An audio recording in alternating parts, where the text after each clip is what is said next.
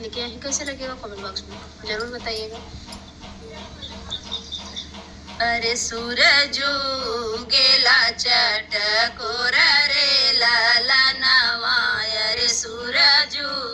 गेला चटकोर रे लाला नवा,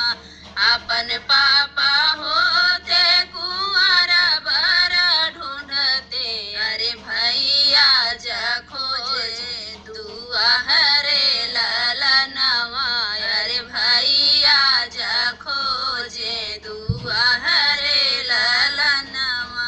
अरे सूरजू गेला चटकोर रे लाला नवा, अरे सूरजू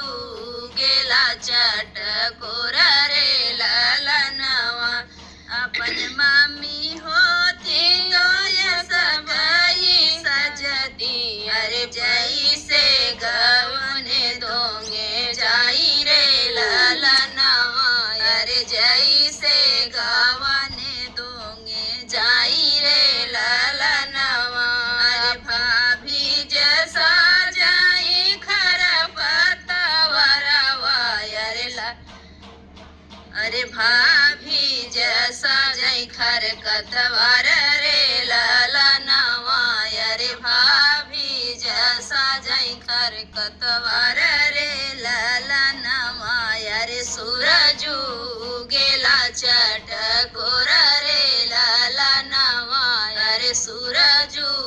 गेला चटकोर रे लाला नवा, अपन मामी होती खबरिया जलेती, अरे भाभी जवरवा पे ठाड़ रे लाला नवा, अरे भाभी दुआरिया पे ठाड़ रे लाला नवा, अरे सूरजू गेला चटकोर रे लाला नवा, अरे सूरजू गेला चटकोर रे लाला नवा। तो फ्रेंड, था विवाह गीत आप लोग को कैसा लगा कमेंट बॉक्स बताना। फिर मिलते किसी नए गाने के साथ। बाय बाय दोस्तों।